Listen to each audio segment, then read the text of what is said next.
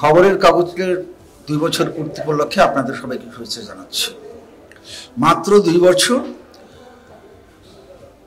কিন্তু খবরের কাগজ অনেকের মতো আমারও দৃষ্টি আকর্ষণ করেছে, কারণ যে সাহিত্য পাতা সুবর্ণরেখা এটির আকর্ষণেই পুরি।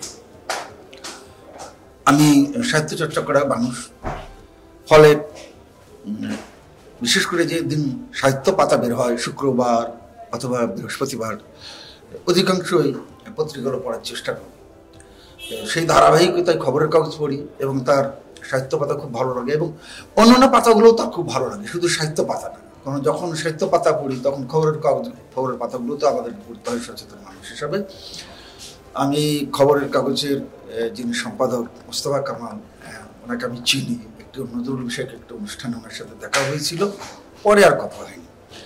আমরা চাই যে আমাদের বাংলাদেশ এটি অর্থনৈতিকভাবে এগিয়ে যাক, গণতান্ত্রিকভাবে এগিয়ে যাক, এবং আমাদের যে সাহিত্য, যেটি একটি আলোকিত সমাজের অপরিহার্য অংশ, একটি নলেজবেদ সমাজের অপরিহার্য অংশ, এবং একটি মানবিক সমাজেরও অপরিহার্য অংশ, সে সাহিত্য পাতা, সে সাহিত্য সেবাটি খবরের কাগজ যেভাবে শুরু করেছে এবং যেভাবে আমি 2 বছর দেখেছি, সেটি সামনের দিনগুলোতে যেন আরও বিকশিত হয়, আরও সমৃদ্ধ হয়।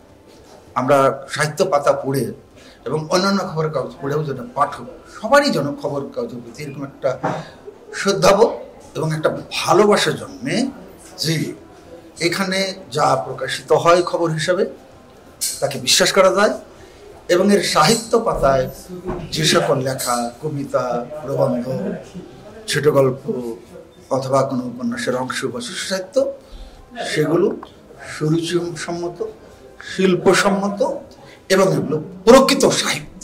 এগুলো কোনো মুখ চেনা বা কোনো গোষ্ঠী চেতনার ব্যাপার না। এটা খবরের কাগজ থেকে একজন লেখক হিসাবে আমার প্রত্যাশা।